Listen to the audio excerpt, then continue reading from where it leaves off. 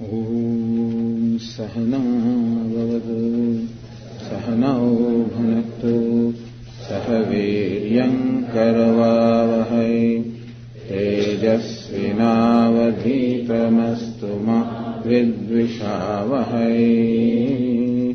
Om Shanti Shanti Shanti.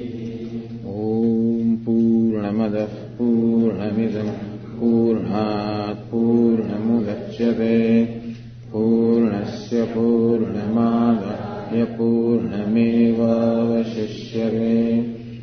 Om Shanti Shanti Shanti. Shruti Smriti Purananam Alayam Karunalayam Namami Bhagavat Padam Shankaram Lokashankaram Shankaracharyam Keshavam Badarayanam Sutrabhashya Krutau Vande Bhagavantau Punah Punaha Ishvaro Gururatmedi Murti Bheda Vibhagine Vyomavad Vyapta Dehaya Dakshinamurtaye Namaha. Bhagavad Gītā, chapter 7, is going to be the topic for this set of classes in this family retreat. As you know, Bhagavad Gītā has 18 chapters, and one way of looking at the theme or the subject matter of these 18 chapters is to divide them into 3 sections of 6 chapters each. So the first 6 chapters deal with one theme, one subject matter. The second 6 chapters, another subject matter. Third 6 chapters, third subject matter. Not third subject matter, but 3 aspects of the main topic. Bhagavad Gītā is said to be the essence of all the Upanishads. If all the Upanishads are compared to cows, and if Lord Krishna is looked upon as the one who milks the cows, the milkman, the cowherd boy who milks these cows of the Upanishads, Arjuna is in the place of a calf, and Bhagavad Gītā is the divine nectar of all the Upanishads. So this Bhagavad Gītā is Gītā Amrutam, it's called the nectar. Amrutam, it is ambrosia in fact. Ambrosia, Bhagavad Gītā is the ambrosia that has been extracted from or milked from the cows of the Upanishads. It is the essence of the teaching of all the Upanishads. Upanishads again are the essence of the teaching of the entire Vedas, and Bhagavad Gītā is the essence of teaching of all the Upanishads. Thus we may say that Bhagavad Gītā is the essence of the teaching of the entire Vedas. So whatever is taught in the Vedas, and as you know, Vedas are the source books. In the what we call the Hindu religion or the Vedic traditions, Vedas are looked upon with the highest reverence. They are the source books of all the knowledge, and they are said to be the revealed texts, revealed by Lord Himself to the rishis or the sages who are the seers. So these Veda mantras or passages of Vedas are not composed or written by anybody, but they are revealed to the sages, and therefore the sages or rishis are called the mantra drashtara, the seers of this mantra, the seers of these passages, the seers of these statements of Vedas, and not composers. Sometimes the question is asked, Swamiji, who wrote the Vedas? There is no author of the Vedas, no human author. And the Vedas are called apaurushaya. They are not the product of the intellect of the human mind, because whatever is the product of the human mind is going to be also limited by the limitations of the human mind. But these are not the products of human mind, they are revealed to the human mind. and revealed by Ishvara, by the Lord, who is omniscient, who is all-knowing, and therefore it suffers from no limitation, no defect. And thus Vedas are the source books of all the knowledge, and Bhagavad Gītā is the essence of all the Vedas. Therefore, Bhagavad Gītā also enjoys the status of the Vedas in a way. Although Bhagavad Gītā is not part of Veda. It is called Smriti. Vedas are called the Shruti. The Bhagavad Gītā falls in the category of Smriti. Smriti are the composed texts. But still, Bhagavad Gītā enjoys in the Indian tradition the same kind of a status or reverence that the Vedas enjoy. And most of us do not have access to the Vedas, but we do have the access to the Bhagavad Gītā. And that is how, through this teaching, Bhagavad Gītā makes to us available the essence of the teaching of the Vedas, teaching of the whole tradition. So we are going to, what is it that the Vedas teach? Or what is it the Upanishads teach? In one of the invocatory verses of Bhagavad Gītā, Bhagavad Gītā is described as Advaita Amrita Varshinim, the one that showers the nectar of non-duality. Advaita Amrita Varshini, the one that showers the nectar of non-duality. So Upanishads teach us the nectar of non-duality. What is this non-duality? As we heard last night, and to some extent this morning also, in this talk about sadhanam. Sadhanam means a means. Means to achieve a certain end. End is called sadhya, and the means to achieve is called sadhanam, the means and the end. That's what is going to be the theme of the other talks by Pujya Swamiji.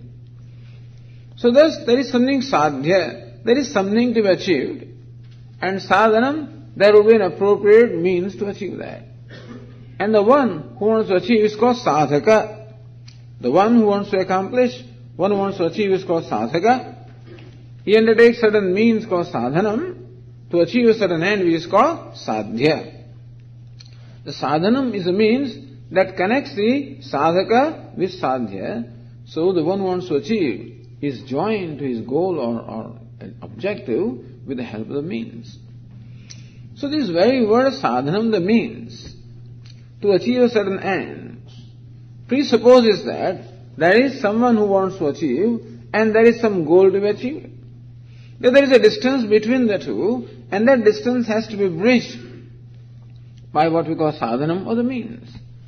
For example, I want to go to California from Salisbury. Then I take up a sadhanam in the form of a plane. So plane or that flight becomes the sadhanam, the means. I am sadhaka, the one who wants to reach California. California is the sadhya, the end to be reached.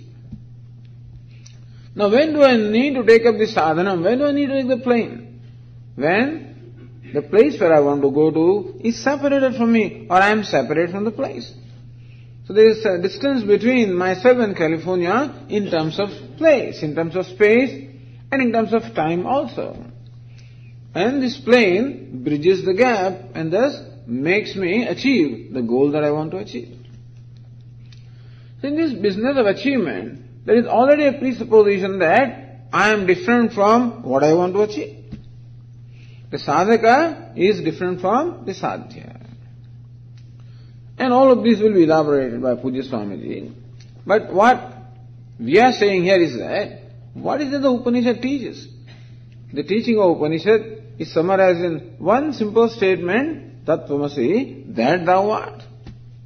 Upanishad says that you are what you are trying to become. You are what you want to achieve. And again, as Pujya Swami will explain, that each one of us wants to achieve just one thing, and that is freedom or happiness. Happiness without any limitation. So freedom or happiness without any limitation, without any conditions. So unconditional happiness or unconditional freedom is what I want to achieve. Upanishad says that this is what you are. Tat tvamasi, that thou art. So this is a statement, that thou art tat tvamasi. This statement has 3 words. It is called a Mahavakya, a major statement, but a very short statement, that thou art, having these 3 words. And to understand a sentence, we should understand the meaning of each word. What is the meaning of the word tat or that? What's the meaning of the word tvam or thou? What's the meaning of asi? Or that thou art equal to that. So, these 3 words, tat tvam asi, you are that, is the teaching of the Upanishad, is also the teaching of the Bhagavad Gītā. And one way of understanding this setup of Bhagavad Gītā is that the first 6 chapters of Bhagavad Gītā explain or elaborate the meaning of tvam or you. The second 6 chapters elaborate the meaning of tat or that. And the third 6 chapters elaborate the meaning of the word asi, you are, how you are that, how individual in fact is the limitless happiness of freedom. So first 6 chapters have gone by, and then comes the 7th chapter. So we can briefly review what has gone by in the first 6 chapters, so that we have a context of what is to be taught in the 7th chapter. Again, all of you know that Bhagavad Gītā is a dialogue between Lord Krishna and Arjuna, and that this dialogue took place in the midst of a battlefield.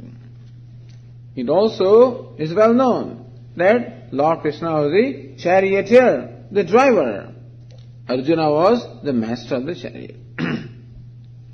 In fact, Lord Krishna and Arjuna were great friends, bosom friends.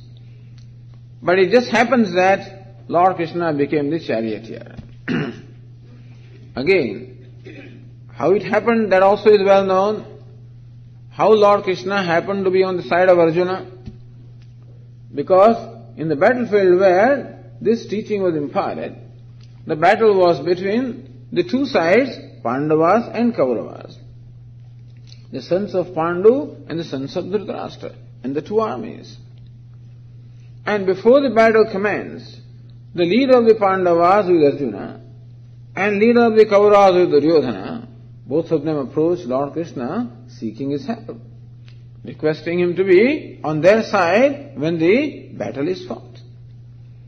And Lord Krishna wanted to be fair to both of them, did not want to take any side, and therefore he gave both of them a choice.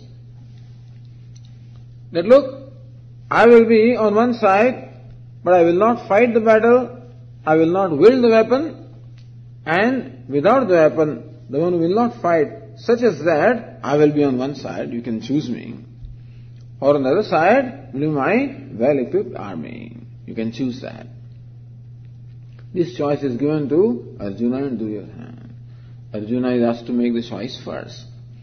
And Arjuna makes a choice, oh Lord, I want you to be on my side. Duryodhana also is happy because he wanted the army. That shows the difference in their characters. That Arjuna is what we call an astika. The one who has the faith in the scriptures as well as in the Lord, as well as in what we call dharma or righteousness. And therefore Arjuna belonged to the one who were righteous people. And therefore there was always dharma or righteousness in the life of Arjuna. Therefore a faith in the veracity of this statement of scriptures. Also a faith or the trust in Lord and in the grace of the Lord. So as far as Arjuna was concerned, the grace of the Lord was more important than even his own strength. Arjuna recognized that for successful endeavor or achievement of any goal, not only do we require our own effort, we also require the grace of the Lord. And Arjuna believed that it is grace of the Lord which is even more important than one's effort, or at least equally important as much as our effort is. And therefore, he chose the Lord, which represents the grace of the Lord. Duryodhana did not bother about dharma. He did not bother about the righteousness. For him, the end was more important than the means, and therefore, he would adopt any means to achieve the end. And this dharma, the righteousness, is not at all a convenient thing to follow, because it's sometimes very slow, and sometimes there are many obstacles also in following that. And therefore, we do not always achieve our end easily. Sometimes we may not even achieve the end. And Duryodhana did not have patience for all of this, and therefore, for him, the end was more important. And he did not much bother about dharma, about Ishvara, about grace of God. He always believed in his own muscular strength. And therefore, he was very happy that he got the army. So this is how Lord Krishna happened to be on the side of the Pandavas. But Arjuna turned out to be very intelligent. Yes, Lord Krishna would not fight the battle, that's fine. He would not wield the weapons also. But that doesn't mean that he will not be useful. So, Arjuna requested Lord Krishna, would you please become my charioteer? Would you please become my driver? Because Lord Krishna was very well known to be one of the best charioteers as well. But can you imagine your bosom friend asking you to become his driver?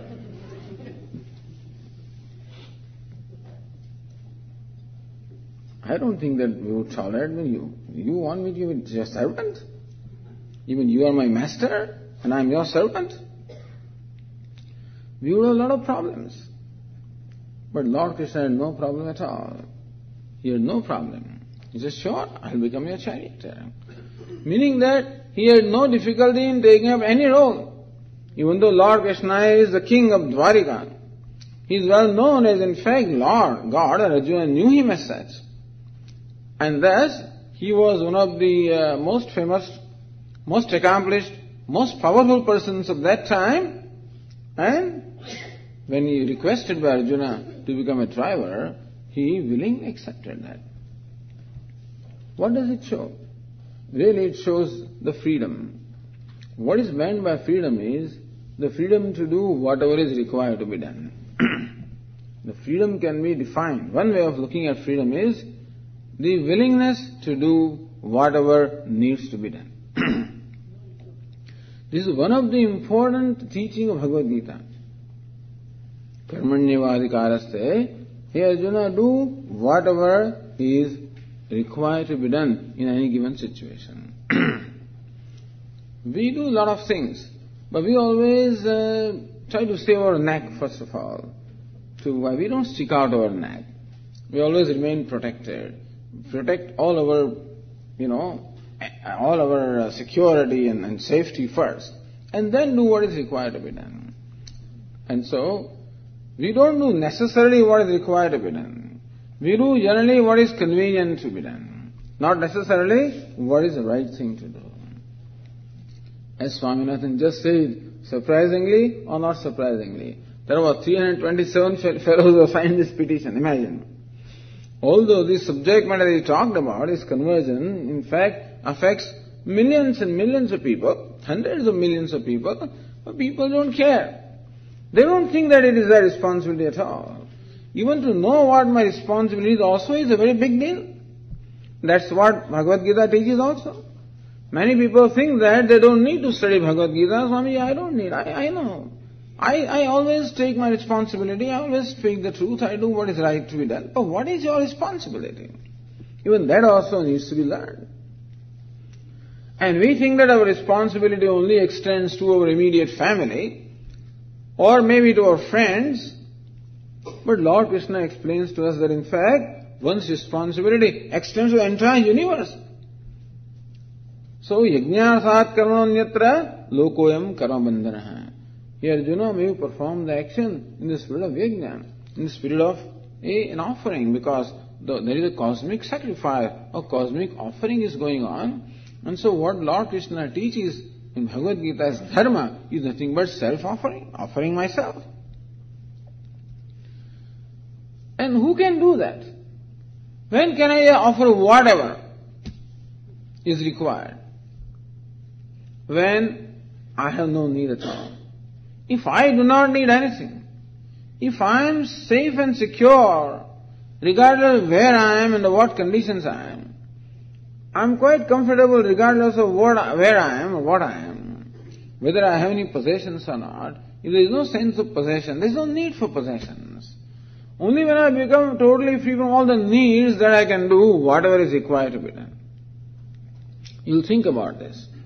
That we often shy away from saying things that are right, doing things that is right, because we feel that our interests will be affected.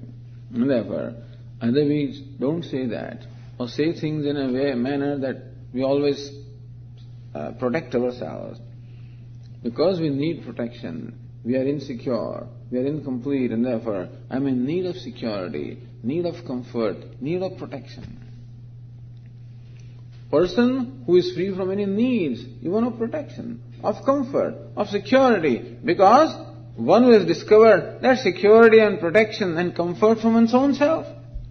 As again Lord Krishna teaches, Atmaneva Atmana Tushtaha, one who is completely satisfied with oneself, one who has discovered that fullness and security and fearlessness from oneself. Abhayam Pratishtham Vindate, one who is established in fearlessness, who has no fear, who has nothing to lose and nothing to gain. That person is free to do whatever is required to be done in any conditions. To the extent that he has no hesitation also in giving his life if necessary. So Lord Krishna had no hesitation at all in accepting Arjuna's offer of becoming his driver, because he had no conscience about the status. That I can be happy only when I enjoy a certain position, or only a certain power, or only a certain status, then alone I am great. If my greatness or my comfort with myself, my acceptance of myself depends upon my being so and so, that I am possessed of wealth, possessed of name, fame and power, then alone I am all right, then alone I feel comfortable about myself, I feel good about myself, otherwise I am not. If these needs are there, then of course I should have those things. Rajahati yada kaman sarvan parsamanogatan, the one who has become free from all the needs. So one who doesn't depend upon anything for his comfort, doesn't depend upon the wealth, name, fame, recognition, power. If those things are there, they are fine. If they are not there, then also they are fine. That I am fine, I am comfortable regardless of what I have, what I don't have. Meaning that one whose comfort comes from what he is rather than what he has. So thus, one who has discovered the freedom as one's own nature. That person has no hesitation in doing what is required to be done. And therefore, Lord Krishna says, yes, I'll become your driver. And it's not like Indian people, they sometimes take up the job all right, but there are 6 assistants with them, So, Swami, will you vacuum this floor? Okay, I'll do that. That's what I'll tell you, but I'll have 3 other fellows, I'll supervise them. It's below my dignity to do the vacuum. I can't do that. I'm a Swami. But Lord Krishna did not have that kind of hesitation at all. That is how Lord Krishna became the charioteer, became the driver. It is said that at the end of the battle, in the evening, when both the armies went to their camps, then these horses were released from the chariot, and Lord Krishna would go, wash them, massage them, and do whatever is required. Not that he had half a dozen assistants to do different things, all the chores he would perform himself, because he has no problem with the status. He did not think that his status was decided by what he was doing. He knew that his status was decided by what he was. So the freedom. And so Lord Krishna thus became the driver, became charioteer. Arjuna is the master of the chariot. The battle is about to commence. Arjuna requests Lord Krishna to please place the chariot between the 2 armies so that he could survey both the armies. And when the chariot is brought between the 2 armies and Arjuna surveys, he finds that there are his near and dear ones in both the armies. And he recognizes that by the time this battle is over, all of these people will be killed. Because this is the idea. People don't run away from battle. The Kshatriya doesn't run away from the battle. They will give their life rather than running away from the battlefield. So he knew that these people will fight until the end. Meaning that most of these people will be killed by the time this battle is over. And the idea of all these near and dear people dying and being killed naturally made him extremely sad. So Arjuna was filled with grief, sadness. And the first chapter of Bhagavad Gītā essentially describes the situation as to what was the scene of the battlefield, how Arjuna requested Lord Krishna to bring his chariot between the two armies, how Arjuna surveyed both the armies, and what he found. As I said, he found his near and dear ones in both the armies, and the idea of their death made him extremely sad. And in that state of mind, which was filled with grief or sadness, naturally Arjuna thought that he doesn't want to fight this battle, because to fight the battle means killing these people or seeing the death of these people. And therefore, he said to Lord Krishna, Najashrayo pashyami hatva svajanamahave. I do not see any good coming out of this battle. Killing my dear and near ones in this battlefield, I see no good coming out of this. And therefore, I do not think that I want to fight this battle. I want to fight. I came to this battlefield for these very people. I don't want kingdom for myself. I want the kingdom for these people. And those for whom I want to fight this battle are right here. And if they die, then what's the use of this kingdom? And therefore, Lord, not only the kingdom of the whole earth, even if I get the kingdom of all the three worlds, I don't think that this battle I want to fight. But Arjuna, you do not want to fight the battle. You are so, you seem to be so righteous, or you seem to be so concerned about people. But how about these Kauravas? They have no compunction at all. They are ready to fight the battle. You think that they don't understand? Lord, they don't understand. They are all greedy. They are out of greed they have become intoxicated. They cannot see the reality that this battle will bring an end to all these people. And thus the first chapter concludes with description of the grief of Arjuna. Tremendous self-pity. Tam tatha krupaya there must be Gupta write a remark, in announcement here, that please switch off all your cell phones and beepers and whatever they are. If you think that you have to answer cell phones, then you can sit near the gate door. It may have something important, then perhaps so that at least other people are not disturbed.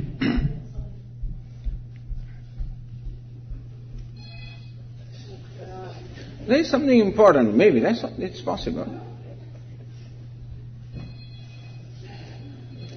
What happens is that we don't know how to deal with our cell phones, We don't know how to stop them, First of all, the cell phone rings, you don't know where it is.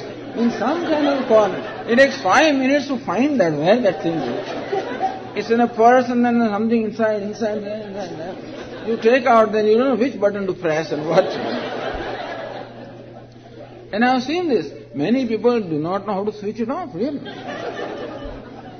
It happens to me. Because when I go out, they give me a cell phone. I don't know what to do with it.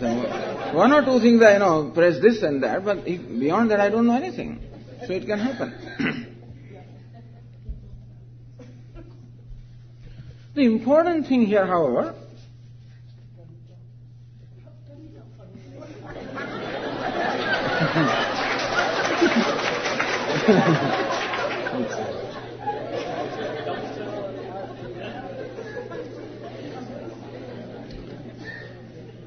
very important thing that happened to Arjuna here. I'm sorry about this. No, please, no problem at all, no problem. I quite understand because I have gone through that, that is.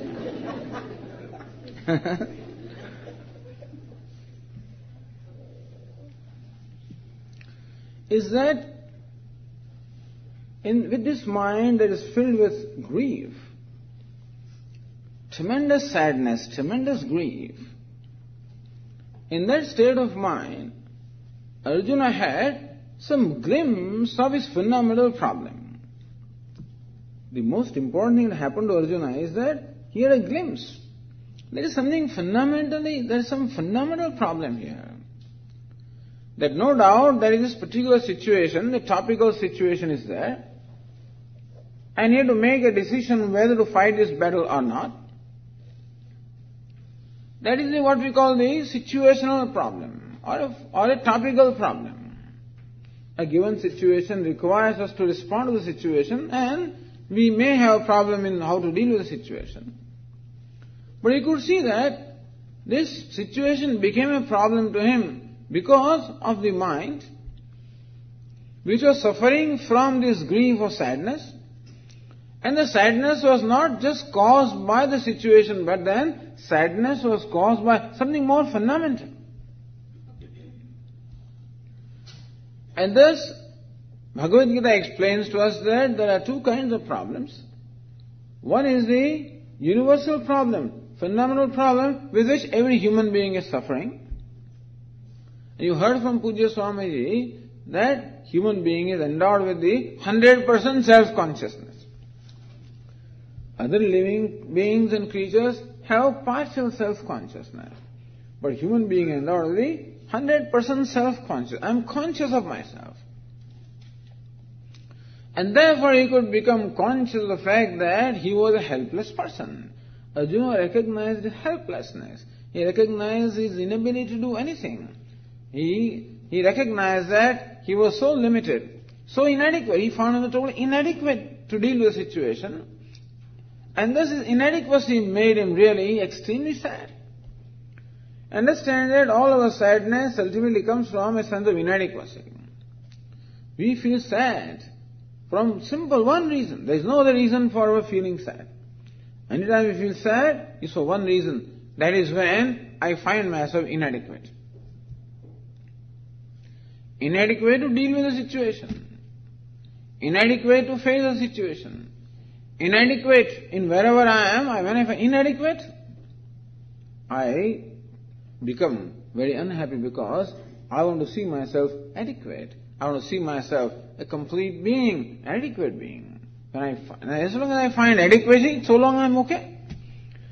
Arjuna has fought so many battles like this. It's not the first time he came to battlefield. And he never had this problem. Not that he was not inadequate, but he never had to face that inadequacy. In every situation of battlefield, he found himself adequate to fight the battle, and so he didn't have difficulty. This was the time when he found himself inadequate to deal with the situation.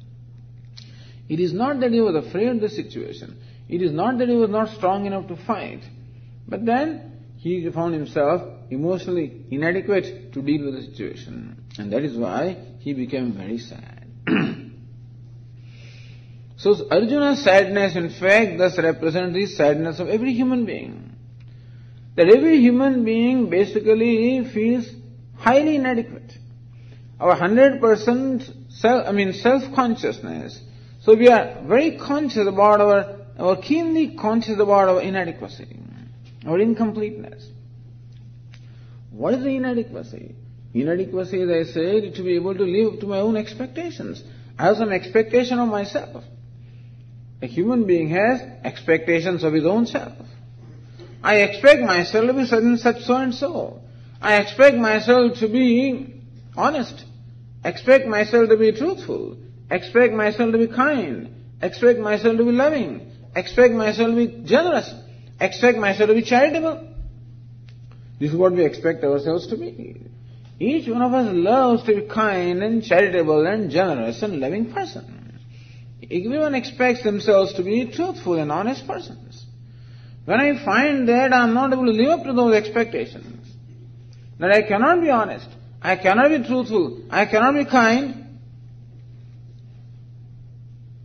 then I become sad. And if that sadness continues, I become depressed. Understand that this is the expectation that we have from ourselves. Not that I want to be a millionaire or a billionaire, that is not the expectation. I want to be a CEO, that's not the expectation. Ultimately the expectation is that I should be free. Expectation that I should not be helpless. expectation that I should not be dependent. There is an expectation of independence. Freedom from independence, freedom from helplessness.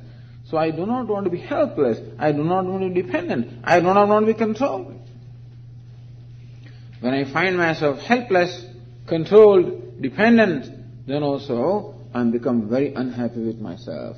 And it is my unhappiness with myself which makes me unhappy and makes me sad, makes me depressed. Arjuna found himself extremely unhappy with himself. Found himself helpless. Thus, Arjuna's grief is nothing but it is a grief that is shared by every human being. Actually, usually we are not aware of this, or we don't look at it that way. It is generally taken for granted that the grief or the sadness I have is due to some situation outside. So because somebody told me something, because somebody did not tell me something, because this person did not invite me, because this person insulted me, because whatever, various reasons we may have as to why, justification for why I'm sad. Swami, you don't know the children these days. So you don't know the in-laws these days. So you don't know the parents these days. Everybody has some problems. People have problem with the in-laws, or without the laws, or whatever. But then the whole world becomes problem. Thus we think that our problem lies out there, but basically the problem is with my own self, and that is not being able to accept myself as I am. Not being able to live up to my own expectation that I should be free, I should be adequate. Helplessness means inadequacy. Dependence means inadequacy. Being controlled means inadequacy. And thus, what we do is, usually we try to avoid this sadness, inadequacy by keeping ourselves engaged in some activity or other. We don't generally face ourselves. We run away from ourselves. And many of our activities are nothing but escaping from our own self. And Arjuna also wanted to escape. So he proposed to Lord Krishna that I do not want to fight this battle. And that proposal was simply to escape the situation and escape facing himself. Except Lord Krishna did not oblige him, that's all. Lord Krishna did not oblige him. Lord Krishna has no difficulty. He could have said to Arjuna, all right, go away, doesn't matter, let us get out. He could have. Because ultimately it is not Arjuna who is really going to do anything, it's Lord Krishna himself is doing everything. But then Lord Krishna did not oblige Arjuna. And Arjuna was required to face himself. Face his sense of helplessness. Face his sense of inadequacy. And also recognize the fact that there is nothing whatever that can make me free from the sense of inadequacy or helplessness. Na kangshe vijayam Krishna, na cha rajyam sukhani cha, kinno rajyena govinda, kim bhogehi jivitena va. Oh Lord, even if I get the kingdom, if I get the victory, so what? Get the kingdom, so what? Get all the means of pleasure, so what? So in this state of mind, Arjuna could see the inadequacies of all those achievements, could recognize that all those achievements singularly or in combination also could not help him. Says Arjuna, nahi prapashyami mamapanudyat yat chokamuchoshanam indriyanam avapya bhuma vasapatna buddham rajyam suranam abhichadipatyam. O Lord, even if I get the unrivaled kingdom of the entire earth, not only that, even if I get the kingdom of heavens, I become the king, or the sovereign of all the three worlds. Even those achievements also, I do not see how it can remove this pain or the suffering that I am experiencing right now. So you could see that there is nothing that can really remove his pain, his grief. And that's how he submitted himself to Lord Krishna. Not finding solution with himself. And he really recognized also He was not sure that not fighting battle was necessarily a solution, or that fighting battle also was necessarily a solution. That doing something or not doing something was not necessarily a solution. Solution must be somewhere else. And he recognized that solution is in understanding the whole problem. Solution is understanding the very cause and removing that cause. And therefore, he pleaded with Lord Krishna he urged with Lord Krishna to teach him. Yashryasyat nischitam bruhi tanme shishyasteham sadhimam tvam prapannam. O Lord Krishna, Lord, please teach me that by which I get what is ultimately good. I am your disciple. I am surrendered to you. Please teach me. By that, I can become free from this grief once and for all. I know that there have been occasions when I was happy. My happiness comes and goes away. The grief goes away and comes back. I want that the grief should go away and never come back. Happiness should come and never go. Please teach me that. He recognized what he is seeking in his life. Today he recognized. So far he thought that he is seeking kingdom. He is seeking victories. He is seeking power. He thought that this is what he wanted in his life. And that is why he was pursuing that all along. Today he recognized that what he wanted was freedom from grief once and for all. He wanted freedom from grief once and for all. That's what he wanted. Meaning that this was the desire behind all the desires, or this was what he desired behind all his endeavors, was freedom from grief, freedom from inadequacy, freedom from sadness. This is what he recognized he wanted. And this is what every human being also wants. And that's the reason why the teaching of Lord Krishna to Arjuna becomes relevant to everybody. And it is not that this is an ancient problem or a modern problem. This is a fundamental human problem. This fundamental problem was always there, will always be there with every human being, because whoever is born with a sense of limitation, and this sense of limitation is what makes us unhappy or sad. And all our efforts and endeavors are for becoming free from this inadequacy or sadness. And therefore, this teaching applies to all the human beings at all the times. And therefore, Lord Krishna does not teach in Bhagavad Gītā how to fight the battle. What's your strategy of the battle? He doesn't teach that. Arjuna knows it. We all know the worldly things. We don't have to teach anybody. It's not necessary to teach anybody how to treat your patients, how to work in your office, how to manage the... Everybody knows. Better than Swamis. Although people sometimes ask those questions also. But that is not the question. All those things, and it's better not to advise them in those aspects, because you can confuse them. They are better trained, than the Swamis are. Oh, what it is that makes the situation a problem? What it is that makes the situation problem is that ignorance, is the inner confusion, is the inner complexes. And that is where the Swamis can help, Once they are gone, then you will know how to deal with the situation. Therefore, Lord Krishna doesn't bother much about asking Arjuna how to deal with the situation, how to remove the problem. Arjuna is quite capable of dealing with the situation. That's how he comes to battlefield in the first place, all ready to fight. Something happened within him, that grief or sadness, and that is how he found himself inadequate. So Lord Krishna teaches how to remove the sadness, that grief arising from inadequacy. How to make us free from the sense of inadequacy. How to make us free. Suppose we are inadequate by nature, there is no way that we can become free from inadequacy. Suppose bondage was our nature, suppose sadness was our nature, there is no way that we can ever become free from sadness. So what does Lord Krishna teach?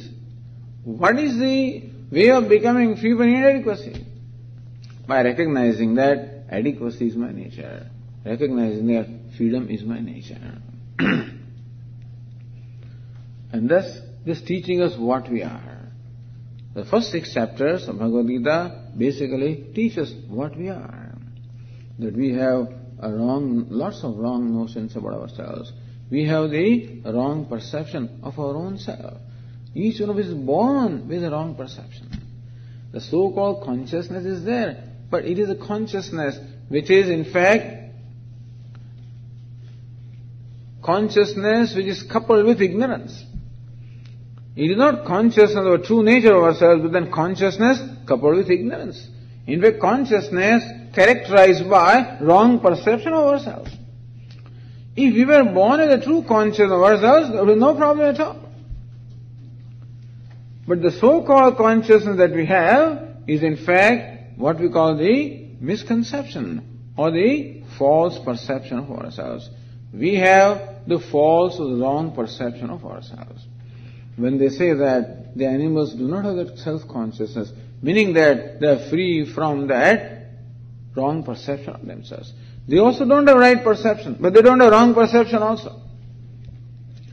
We not only have not the right perception of ourselves, but we have wrong perception of ourselves.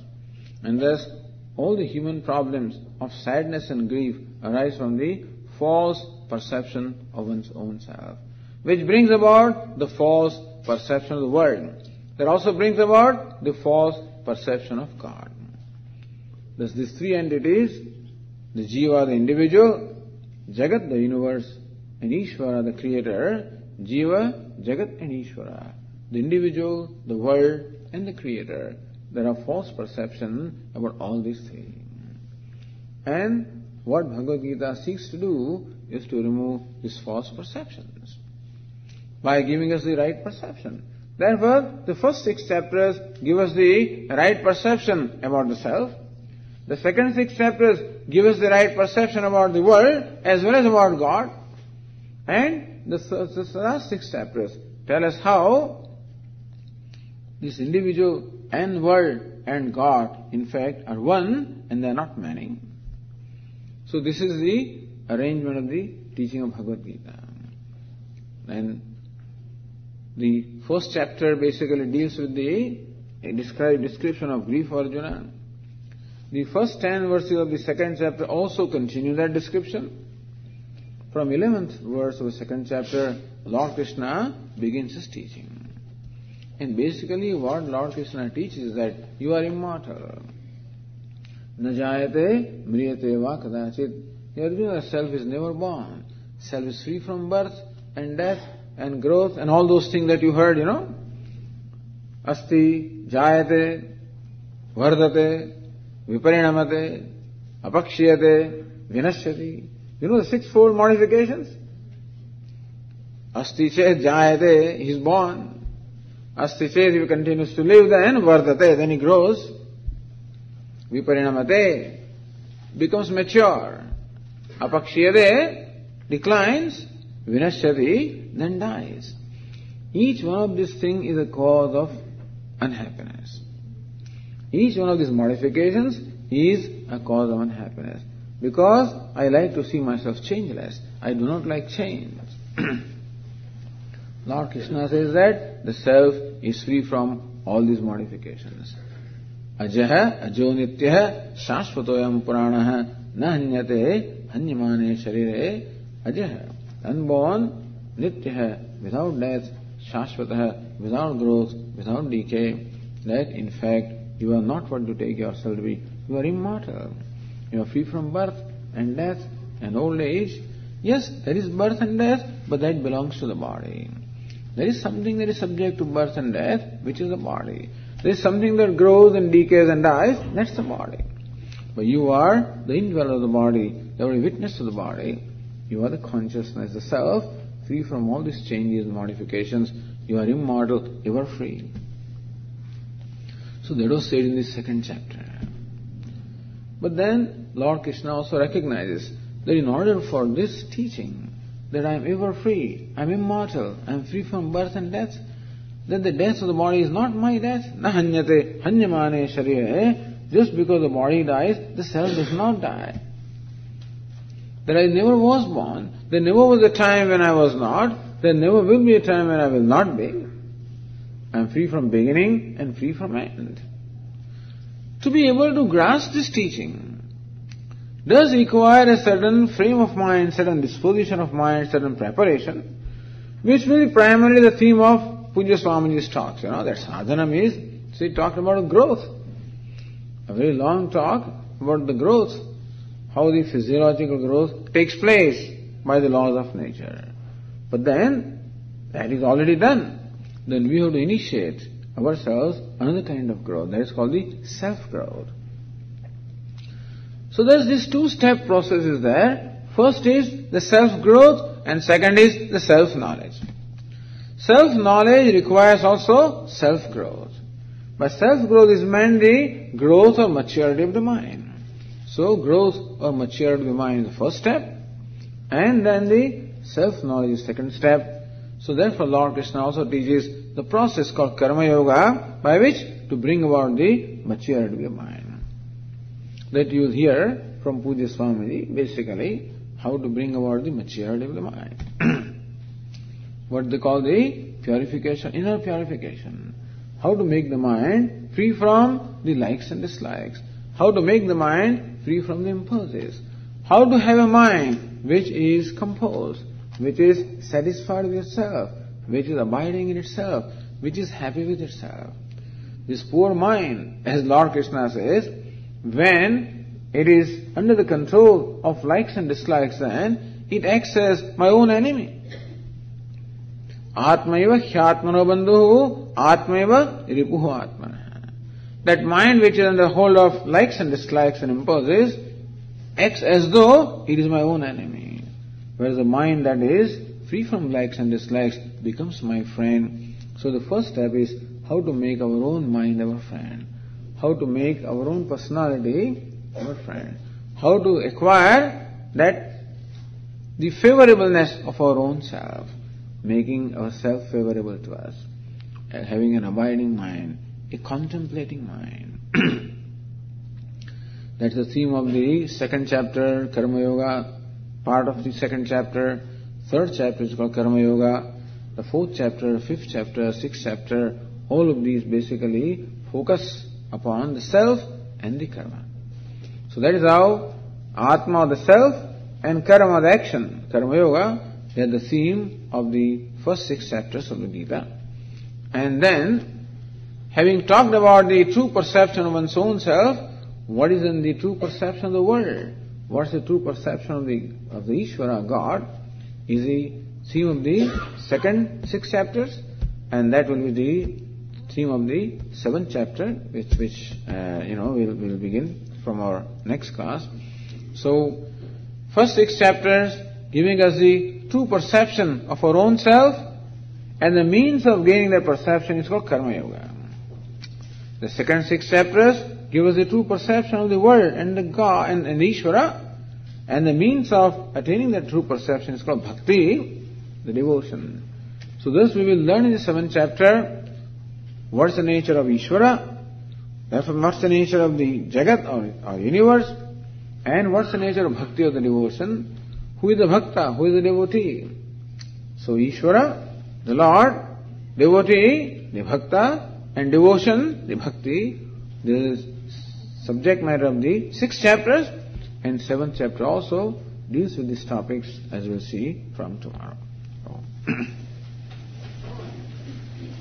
Om Purnamadav Purnamidam Purnat Purnamudachyate Purnasya Purnamadaya Purnameva Vashishyate. Om Shanti Shanti Shanti.